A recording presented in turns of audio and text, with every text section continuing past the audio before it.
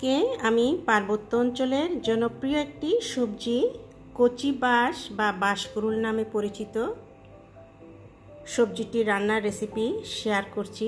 এটি পাহাড়িদের একটি জনপ্রিয় খাবার। পাহাড়িদের পাশাপাশি আমরাও খেতে শিখে গেছি। এই বাঁশকুড়ুল বিভিন্নভাবে রান্না করা যায়, মাছ মাংস দিয়ে কিন্তু অধিকাংশ রান্নাটা হয়ে থাকে। Hi guys, welcome back to my cooking channel blog diaries. আশা করি সবাই ভালো আছেন।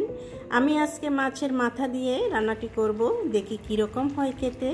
আশা করি আমার আজকের রেসিপিটি সবার ভালো লাগবে।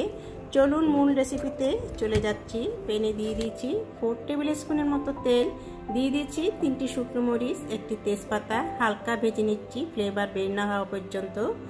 দিয়ে দিচ্ছি 1 কাপের মতো পেঁয়াজ, 1 মিনিটের মতো সময় নিয়ে ভেজে নিচ্ছি ব্রাউন কালার আসা পর্যন্ত। দিয়ে দিচ্ছি 1/2 টিস্পুন লবণ, এতে পেঁয়াজটা দ্রুত সফট হয়ে আসবে। এবার দিয়ে দিচ্ছি 1 টেবিল স্পুনের মতো আদা রসুন পেস্ট, হালকা একটু ভেজে নিব কাঁচা স্মেলটা যাতে না থাকে। দিয়ে দিচ্ছি 1 টেবিল স্পুনের মতো পোস্ত বাটা, এটি কিন্তু অপশনাল, হাতের কাছে না থাকলে স্কিপ করা যাবে। দিয়ে দিচ্ছি 1 টেবিল স্পুনের মতো কাঁচামরিচ বাটা।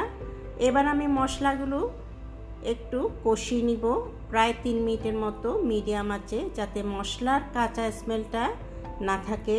এবার শুকনো মশলাগুলো অ্যাড করছি। দিয়ে দিচ্ছি 1/2 টিস্পুন হলুদ, 1 টিস্পুন মরিচ, 1/2 টিস্পুন ধনে আর জিরা।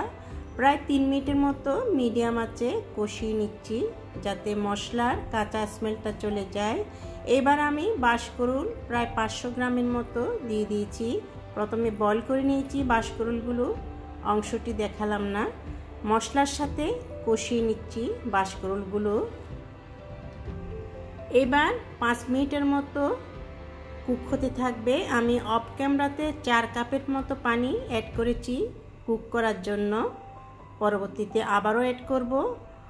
এবার দিয়ে দিচ্ছি আমি কাতলা মাছের মাথাগুলো। কাতলা মাছের মাথা লেজ আমি হলুদ লবণ দিয়ে হালকা একটু ভেজে নিয়েছি।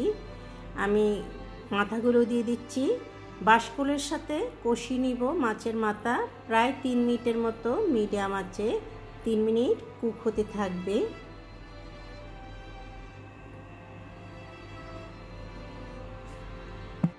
এবার দিয়ে দিচ্ছি 4 কাপের মতো কুসুম গরম পানি গ্রেভির জন্য। মাছের মাথাটা যাতে ভালো করে কুক হয় প্লাস স্বাদটুকু বের হয়, সময় নিয়ে রান্নাটা একটু যত্ন সহকারে করতে হবে।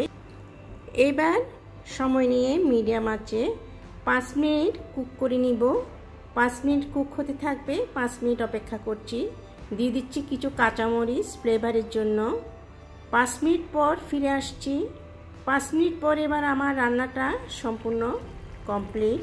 খুবই মজাদার একটি রেসিপি, ভিন্ন ধরনের টেস্ট। বাঁশ যে আসলে খাওয়া যায় এটাই আজকে প্রমাণ করলাম। বাঁশকুড়ুল যদি কালেক্ট করতে পারেন, একবার হলেও পাহাড়িদের জনপ্রিয় খাবারটা টেস্ট করে দেখতে পারেন। সাথে থাকার জন্য অসংখ্য ধন্যবাদ। দেখা হবে আবার নেক্সট এপিসোডে নতুন কোনো রেসিপি নিয়ে।